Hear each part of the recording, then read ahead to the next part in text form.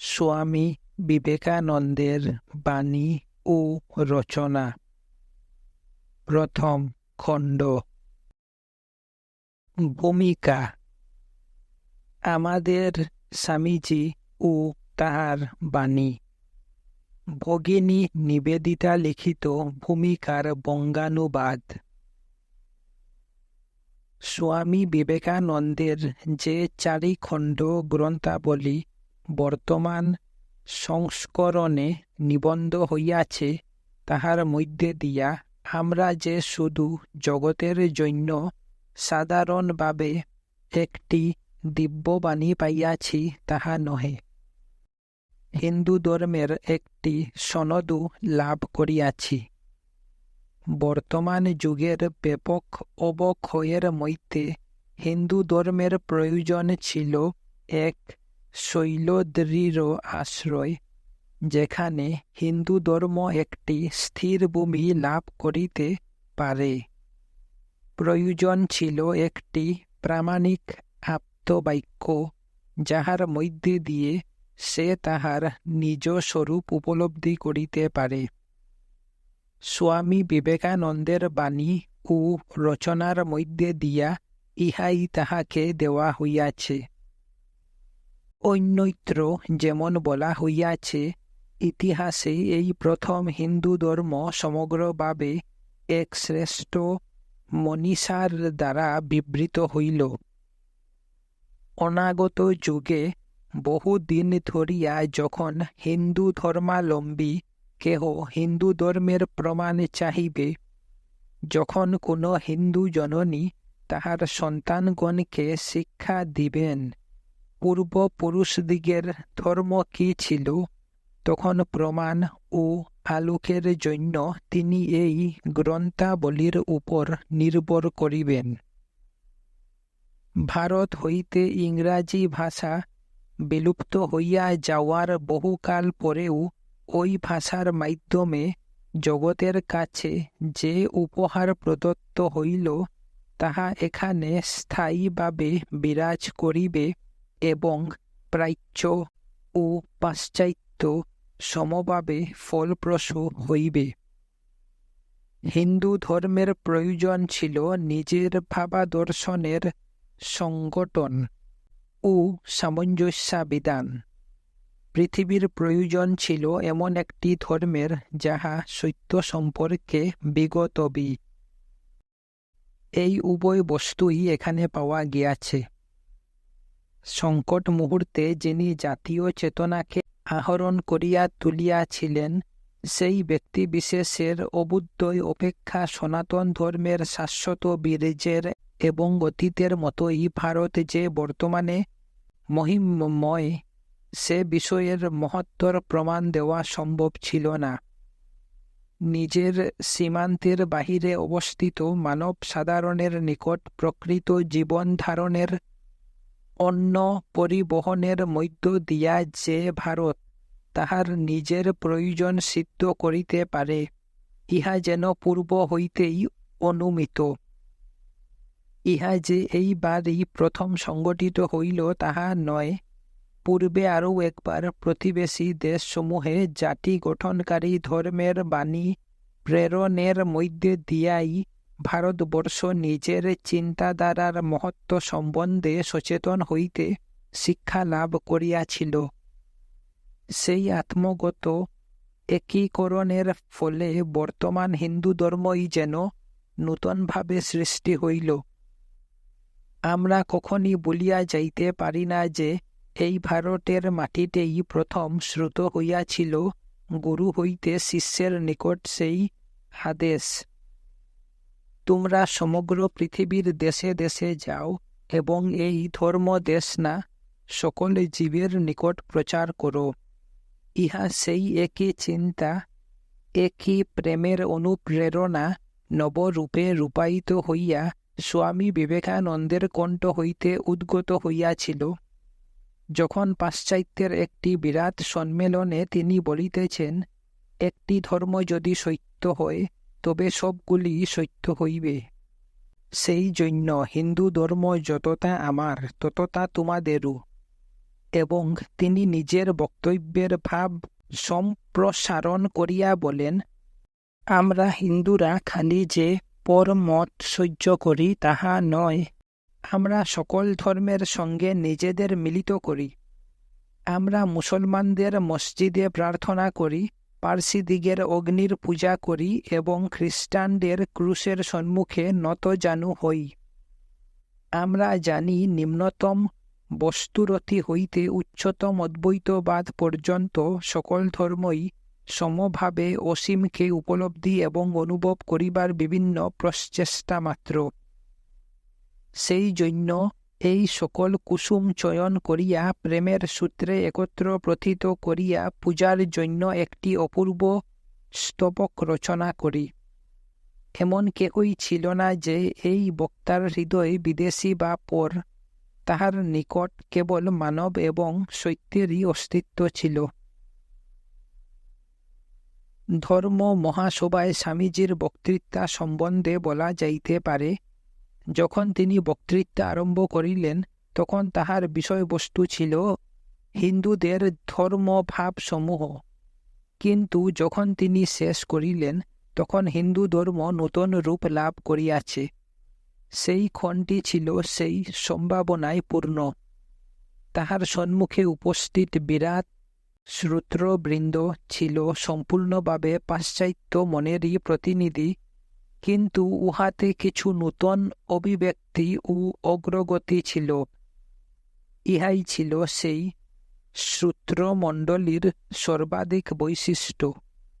ইউরোপের প্রত্যেক জাতিরই মানুষ আমেরিকায় মিলিত হইয়াছে, বিশেষত চিকাগোতে, যেখানে মহাসভা অনুষ্ঠিত হইয়াছিল। আধুনিক কালের প্রযত্ন এবং সংঘর্ষের মহত্তম ও নিকৃষ্টতম যাহা কিছু, তাহার অধিকাংশই পাশ্চাত্যের এই পূর্ণাগ্নির এলাকার মধ্যে পাওয়া যাইবে। এই নগর রানীর পদ যুগল মিশিগান হ্রদের তটের উপর বিস্তৃত। উত্তরের দ্যুতিতে ভাস্বর চক্ষু লইয়া তিনি যেন চিন্তামগ্ন হইয়া বসিয়া আছেন। আধুনিক চেতনায় এমন কিছু নাই। ইউরোপের ঐতিহ্য হইতে উত্তর অধিকার সূত্রে এমন কিছু পাওয়া যায় নাই যাহা চিকাগো নগরীতে আশ্রয় লাভ করে নাই, এবং এই কেন্দ্রের সৃজনশীল জীবন এবং ব্যগ্র কৌতূহল বর্তমানে আমাদের কাহারু কাহারু নিকট প্রধানত বিশৃঙ্খল মনে হইলেও ইহা নিঃসন্দিগ্ধভাবে মানবের মহিমায় পূর্ণ এবং ধীরে পরিণত এক ঐক্যদর্শ প্রকাশের অভিমুখে সঞ্চরমান। এই রূপ ছিল সেই মানসক্ষেত্র, এই রূপই সেই চিত্তসাগর, তারুণ্যপূর্ণ, উচ্ছল ও আত্মশক্তি ও আত্মবিশ্বাসে উদ্বেল। অধিকন্তু উহা ছিল অনুসন্ধিৎসু এবং সজাগ। বিবেকানন্দ যখন বক্তৃতা দিতে দণ্ডায়মান হইয়াছিলেন, তখন তিনি ওই পরিবেশেরই সম্মুখীন হইয়াছিলেন। অপরদিকে তাহার পশ্চাতে ছিল এক মহাসাগর, বহু যুগের অধ্যাত্ম সাধনায় প্রশান্ত। তাহার পশ্চাতে ছিল এমন একটি জগৎ, যাহার কালপঞ্জি আরম্ভ হইয়াছে বেদ ও উপনিষদ হইতে। এমন একটি জগৎ যাহার তুলনায় বৌদ্ধ ধর্মও প্রায় সে দিনের। এমন একটি জগৎ যাহার ধর্মীয় মতবাদ সম্প্রদায় সমূহে পূর্ণ।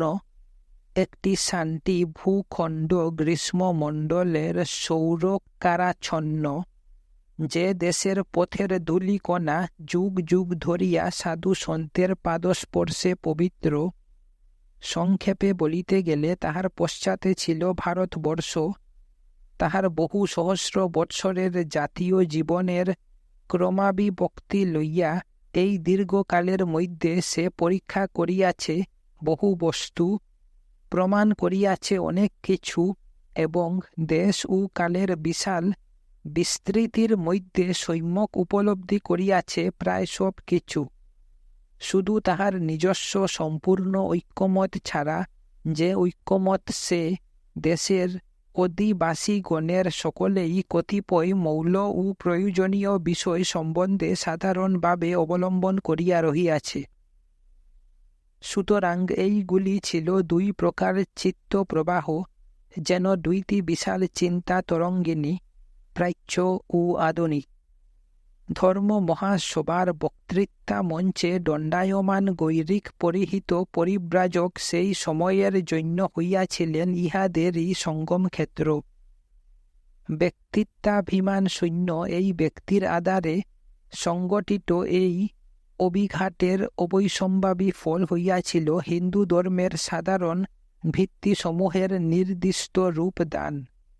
কেননা সেখানে স্বামী বিবেকানন্দের মুখে তাহার নিজের কোনো অনুভূতির কথা উদ্গত হয় নাই, এমনকি এই অবসরে নিজ গুরুর প্রসঙ্গে অবতারণা করিবার সুযোগও তিনি গ্রহণ করেন নাই। এই দুইটি বিষয়ের পরিবর্তে ভারতের ধর্মচেতনাই তাহার মধ্যে দিয়া বাঙ্গময় হইয়া উঠিয়াছিল। ভারতের সমগ্র অতীতের দ্বারা সুনির্দিষ্ট তাহার দেশের সকল মানুষের বাণী। যখন তিনি পাশ্চাত্যের যৌবনকালে মধ্যাহ্ন সময়ে বক্তৃতা করিতেছিলেন, তখন প্রশান্ত মহাসাগরের অপর প্রান্তে পৃথিবীর তিমিরাচ্ছন্ন গোলার্ধের প্রচ্ছায়ে সুপ্ত একটি জাতি তাহাদের দিকে সঞ্চারমান উষার দ্বারা পরিবাহিত বাণীর জন্য মনে মনে অপেক্ষা করিতেছিল। যে বাণী তাহাদের নিকট উদ্ঘাটিত করিবে তাহাদের নিজস্ব মহিমা ও শক্তির গূঢ় রহস্য। একই বক্তৃতা মঞ্চে স্বামী বিবেকানন্দের পার্শ্বে দণ্ডায়মান ছিলেন আরও অনেকে, বিশেষ বিশেষ ধর্মমতের ও ধর্মীয় প্রতিষ্ঠানের প্রবক্তা রূপে। কিন্তু এ গৌরব তাহারই যে তিনি প্রচার করিতে আসিয়াছিলেন এমনই একটা ধর্ম, যাহার নিকট তাহার নিজেরই ভাষায় ইহাদের প্রত্যেকটি ছিল বিভিন্ন নরনারীর বিভিন্ন অবস্থা ও পরিস্থিতির মধ্যে দিয়া একই লক্ষ্যে পৌঁছাইবার অভিযাত্রা বা অগ্রগতির প্রচেষ্টা। তিনি ঘোষণা করিয়াছিলেন তিনি দণ্ডায়মান হইয়াছেন এমন একজনের বিষয় বলিবার জন্য, যিনি তাহাদের সকলের কথাই বলিয়াছেন। তাহাদের একটি বা অপরটি এ বিষয়ে বা ও বিষয়ে এই কারণে বা অন্য কারণে যে সত্য তাহা নহে, পরন্তু এগুলি সবই সূত্রে মণিগণের মতো আমাতেই অনুসৃত। যেখানেই দেখিবে কোনো অলৌকিক পবিত্রতা ও অসামান্য শক্তি মানুষকে উন্নত ও পবিত্র করিতেছে, জানিও সেখানে আমারই প্রকাশ। বিবেকানন্দ বলেন, হিন্দুদের দৃষ্টিতে মানুষ অসত্য হইতে সত্যে গমন করে না, বরং সত্য হইতে সত্যে আরোহণ করে। নিম্নতর সত্য হইতে উচ্চতর সত্য, এই শিক্ষা এবং মুক্তির উপদেশ, সেই আদেশ। ব্রহ্ম উপলব্ধি করিয়া মানুষকে ব্রহ্ম হইয়া যাইতে হইবে। ধর্ম তখনই আমাদের মধ্যে পরিপূর্ণতা লাভ করে, যখন উহা আমাদিগকে তাহার কাছে লইয়া যায়। যিনি মৃত্যুময় জগতে একমাত্র জীবন, যিনি নিয়ত পরিবর্তনশীল বিশ্বের নিত্য অধিষ্ঠান, যিনি একমাত্র আত্মা, জীবাত্মা সমূহ যাহার মায়াময় প্রকাশ মাত্র, এই দুইটি উপদেশকেই দুইটি পরম ও বিশিষ্ট সত্যরূপে গ্রহণ করা যাইতে পারে। মানব ইতিহাসের চিরায়ত এবং জটিলতম অনুভূতির দ্বারা প্রমাণিত এই সত্য স্বামী বিবেকানন্দের মধ্যে দিয়া ভারতবর্ষ প্রচার করিয়াছে আধুনিক পাশ্চাত্য জগতের কাছে। ভারতবর্ষের নিজের দিক দিয়া এই ক্ষুদ্র বাসনটি ছিল স্বাধিকার প্রতিষ্ঠার এক সংক্ষিপ্ত প্রমাণপত্র। বক্তা হিন্দু ধর্মকে সামগ্রিকভাবে বেদের উপর প্রতিষ্ঠিত করেন, কিন্তু বেদ শব্দ উচ্চারণের সঙ্গে সঙ্গেই উহার ধারণাকে আধ্যাত্ম তাৎপর্যে তিনি পূর্ণ করিয়া দেন।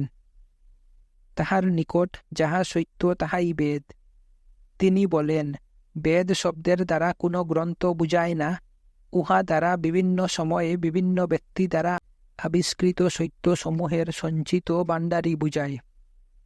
প্রসঙ্গত তিনি সনাতন ধর্ম সম্বন্ধে তাহার ধারণাও ব্যক্ত করিয়াছেন, যাহার তুলনায় বিজ্ঞানের অতি আধুনিক ও আবিষ্কারসমূহও প্রতিধ্বনির মতো মনে হয়।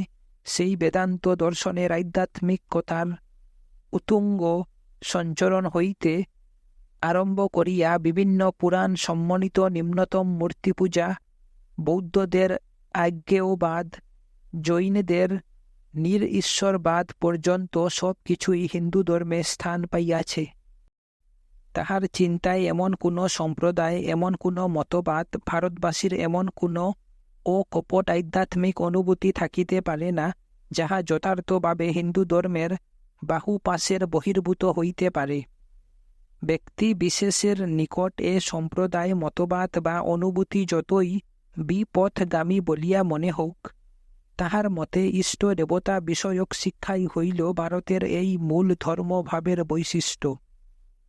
প্রত্যেক ব্যক্তিরই নিজের পথ বাছিয়া লইবার এবং নিজের পথে ভগবানকে অন্বেষণ করিবার অধিকার আছে। তাহা হইলে এই সংজ্ঞা অনুসারে হিন্দু ধর্মের বিশাল সাম্রাজ্যের পতাকা কোনো সৈন্যবাহিনী বহন করিতে পারে না, কারণ হিন্দু ধর্মের যেরূপ আধ্যাত্মিক লক্ষ্য হইতেছে ঈশ্বর লাভ, সেইরূপ উহার আধ্যাত্মিক অনুশাসন হইতেছে স্বস্বরূপ প্রাপ্তি বিষয়ে প্রত্যেক আত্মারই পূর্ণ স্বাধীনতা।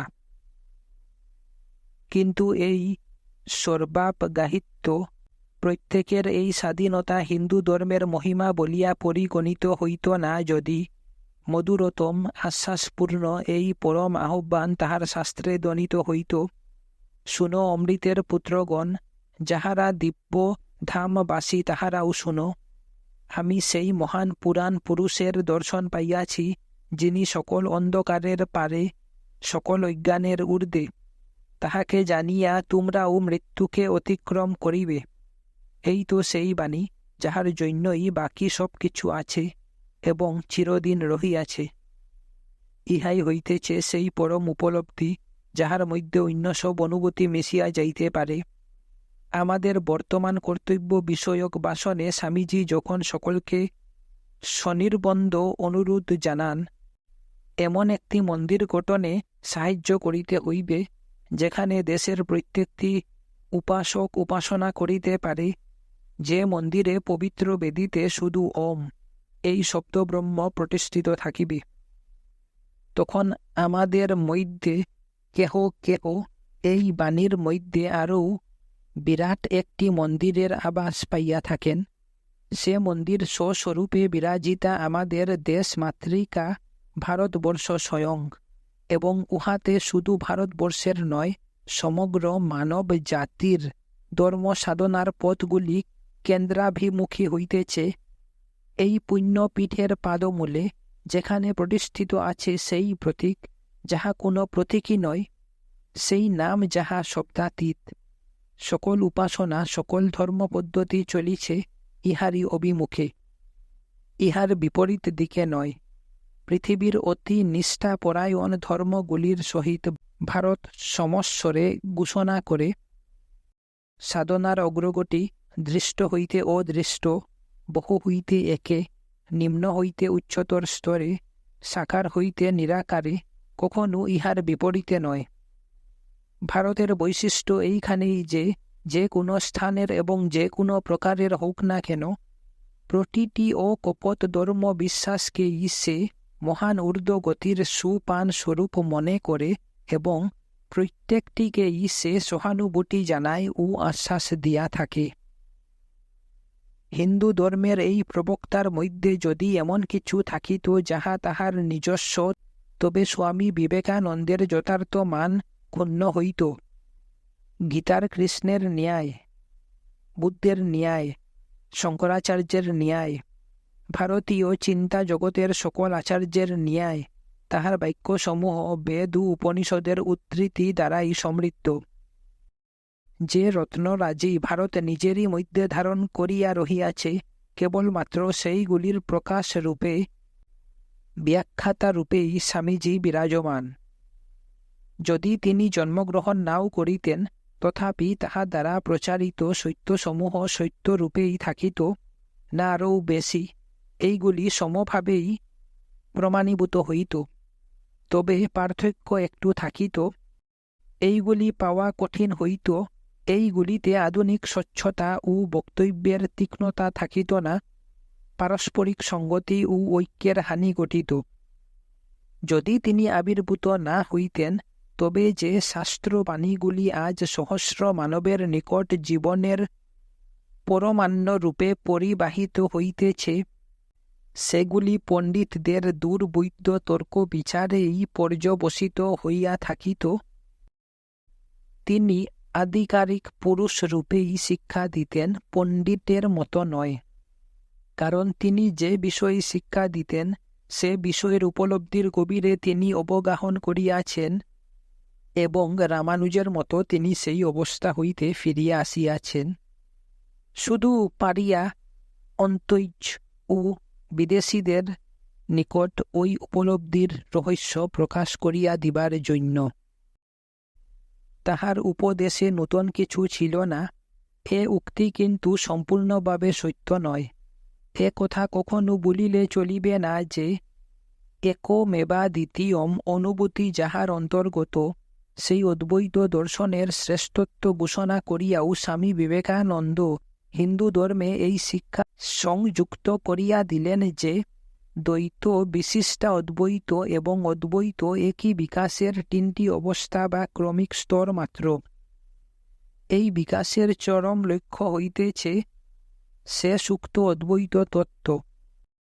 ইহা আর একটি আরও মহৎ ও আরও সরল তত্ত্বেরই অপরিহার্য অঙ্গ। বহু এবং একই সত্তা, বিভিন্ন সময়ে বিভিন্ন অবস্থায় মনের দ্বারা অনুভূত একই সত্তার বিভিন্ন বিকাশ, অথবা শ্রীরামকৃষ্ণ যেমন বলিতেন, ঈশ্বর সাকার নিরাকার দুই, তিনি এমন এক তত্ত্ব যাহাতে সাকার নিরাকার দুই আছে। ইহাই আমাদের গুরুদেবের জীবনের চরম তাৎপর্য। এইখানেই তিনি যে শুধু প্রাচ্য ও পাশ্চাত্যের মিলন কেন্দ্র হইয়াছিলেন তাহা নয়, অতীত এবং ভবিষ্যতেরও। বহু এবং এক যদি যথার্থই এক সত্তা হই, তাহা হইলে শুধু সকল উপাসনা পদ্ধতি নয়, সমভাবে সকল কর্ম পদ্ধতি, সকল প্রকার প্রচেষ্টা, সকল প্রকার সৃষ্টিকর্মই সত্য উপলব্ধির পন্থা। তাহা হইলে আধ্যাত্মিক ও লৌকিক এই ভেদ আর থাকিতে পারে না। কায়িক পরিশ্রম করাই প্রার্থনা, জয় করাই ত্যাগ করা, সমগ্র জীবনই ধর্ম কার্য হইয়া যায়। যোগ ও ক্ষেম ত্যাগ ও বর্জনের মতোই দায়স্বরূপ। এই উপলব্ধি বিবেকানন্দকে কর্মের মহান প্রচারকে পরিণত করিয়াছে। তবে এই কর্ম জ্ঞান ও ভক্তি হইতে বিচ্ছিন্ন নয়, পরন্তু উহাদের প্রকাশক। তাহার নিকট কারখানা ও পাঠগৃহ, খামার ও ক্ষেত, সাধুর কুটিয়া ও মন্দির দুয়ারের মতোই সত্য, এবং মানুষের সহিত ভগবানের মিলনের উপযুক্ত ক্ষেত্র। তাহার নিকট মানুষের সেবায় ও ভগবানের পূজায় কোনো প্রভেদ নাই। তাহার নিকট পৌরুষে ও বিশ্বাসে, যথার্থ সদাচারে ও আধ্যাত্মিকতায় কোনো পার্থক্য নাই। এক দিক দিয়া দেখিতে গেলে তাহার সকল বাণী এই মুখ্য প্রত্যয়ের ভাষা বলিয়া বোধ হয়। এক সময় তিনি বলিয়াছিলেন, চারুকলা, বিজ্ঞান ও ধর্ম একই সত্যকে প্রকাশ করিবার তিনটি উপায়। কিন্তু ইহা বুঝিতে গেলে আমাদিগকে অদ্বৈতবাদ গ্রহণ করিতে হইবে। যে গঠনমূলক প্রভাব দ্বারা তাহার অলৌকিক দৃষ্টি নিরূপিত হইয়াছিল, তাহার তিনটি সূত্র আছে, মনে করা যাইতে পারে। প্রথমত, তাহার সাহিত্যভিত্তিক শিক্ষা, সংস্কৃত ও ইংরাজী ভাষায় দুইটি ভাব জগতের যে বৈষম্য এইভাবে তাহার চক্ষে উদ্ঘাটিত হইয়াছিল, তাহা ভারতবর্ষের ধর্মগ্রন্থগুলির বিষয়ভূত বিশেষ অনুভূতি সম্বন্ধে একটি দৃঢ় ধারণা তাহার মনে সঞ্চারিত করিয়াছিল। ইহা তাহার নিকট স্পষ্টই প্রতিভাত হইয়াছিল যে এই অনুভূতি যদি সত্য হয়, তবে ভারতের ঋষিগণ আকস্মিকভাবে ইহা লাভ করেন নাই, যেমন অন্যত্র অনেকে করিয়াছেন। পরন্তু ইহা ছিল বিজ্ঞান প্রতিপত্য বিষয়, সেই যৌক্তিক বিশ্লেষণের বিষয়ভূত যাহা সত্যা অনুসন্ধানের জন্য প্রয়োজনীয় কোনো ত্যাগ স্বীকারেই সংকুচিত হয় নাই। দক্ষিণেশ্বরের মন্দির উদ্যানে থাকিয়া যখন রামকৃষ্ণ পরমহংস তাহার বাপ শিক্ষা দিতেছিলেন, তখন স্বামী বিবেকানন্দ তদনীন্তন নরেন তাহার গুরুর মধ্যে পুরাতন শাস্ত্রসমূহের সেই প্রমাণ পাইয়াছিলেন, যাহা তাহার হৃদয় ও মস্তিষ্ক খুঁজিতেছিল। এইখানে তিনি সেই তত্ত্বই পাইয়াছিলেন যাহা গ্রন্থসমূহে অস্ফুটভাবে বর্ণিত। এইখানে ছিলেন এমন একজন সমাধি যাহার জ্ঞান লাভের নিত্য পদ্ধতি। ঘণ্টায় ঘণ্টায় দেখা যাইত মনের গতি বহু হইতে একের দিকে জগিতেছে। ক্ষণে ক্ষণে শোনা যাইত সমাধিলব্ধ জ্ঞানের উপদেশ। তাহার চারিপাশে যাহারা সমবেত হইত, তাহারা প্রত্যেকেই দিব্য দর্শন লাভ করিত। জোরভারের মতো পরম জ্ঞান লাভের আকাঙ্ক্ষা এই শিষ্যকে আচ্ছন্ন করিয়াছিল। তথাপি যিনি এইভাবে গ্রন্থসমূহের মূর্ত বিগ্রহ ছিলেন, তিনি অজ্ঞাত সারেই ঐরূপ ছিলেন, কারণ তিনি কোনো গ্রন্থই পাঠ করেন নাই। গুরু রামকৃষ্ণ পরমহংসের মধ্যে বিবেকানন্দ জীবন রহস্যের কুঞ্চিকা লাভ করিয়াছিলেন। তথাপি এখনও তাহার নিজের নির্ধারিত কর্মের জন্য প্রস্তুতি সম্পূর্ণ হয় নাই।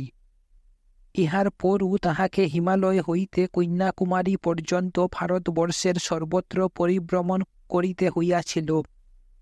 সমভাবে সাধু পণ্ডিত ও সরল সাধারণ মানুষের সহিত মিশিতে হইয়াছিল। সকলের নিকট শিখিতে হইয়াছিল, সকলকে শিখাইতে হইয়াছিল, সকলের সহিত বাস করিতে হইয়াছিল এবং ভারত মাতা যেরূপ ছিলেন, যেরূপ হইয়াছেন, তাহা দেখিতে হইয়াছিল। এইভাবেই বিশাল সমগ্রতার সর্বাবগাহিত্য তাহাকে উপলব্ধি করিতে হইয়াছিল। ইহারই সংক্ষিপ্ত ঘনীভূত প্রতিরূপ ছিল তাহার গুরুর জীবন ও ব্যক্তিত্ব। সুতরাং শাস্ত্র, গুরু এবং মাতৃভূমি যেন তিনটি সুর, এইগুলি মিলিত হইয়া সৃষ্টি করিয়াছে স্বামী বিবেকানন্দের রচনাবলীর মহান সঙ্গীত। এই রত্নগুলি তিনি দান করিতেছেন। এইগুলি হইতেই উপাদান সংগ্রহ করিয়া তিনি প্রস্তুত করিয়াছেন পৃথিবীর সকলের জন্য তাহার আধ্যাত্মিক করুণার এক সর্বরোগহর মহা ঔষধি। ওইগুলি হইতেছে যেন তিনটি দীপশিখা, একই দীপাধারে প্রজ্বলিত।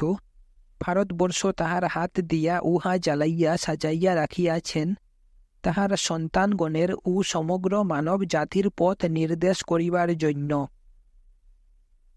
19 সেপ্টেম্বর 1893 হইতে 4 জুলাই 1902 পর্যন্ত মাত্র কয়েক বৎসরের কর্মের মাধ্যমে আমাদের মধ্যে কেহ কেহ আছেন যাহারা এই দ্বীপ প্রজ্বালনের জন্য ও এই যে লেখমালা তিনি রাখিয়া গিয়াছেন তাহার জন্য।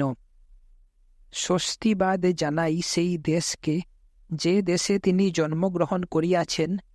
ধন্যবাদ জানাই তাহাদের যাহারা তাহাকে প্রেরণ করিয়াছিলেন। তাহারা আরও বিশ্বাস করেন। এখনও তাহার বাণীর বিশালতা ও তাৎপর্য বুঝিয়া উঠার সৌভাগ্য আমাদের হয় নাই। রামকৃষ্ণ বিবেকানন্দের নিবেদিতা, 4 জুলাই 1960।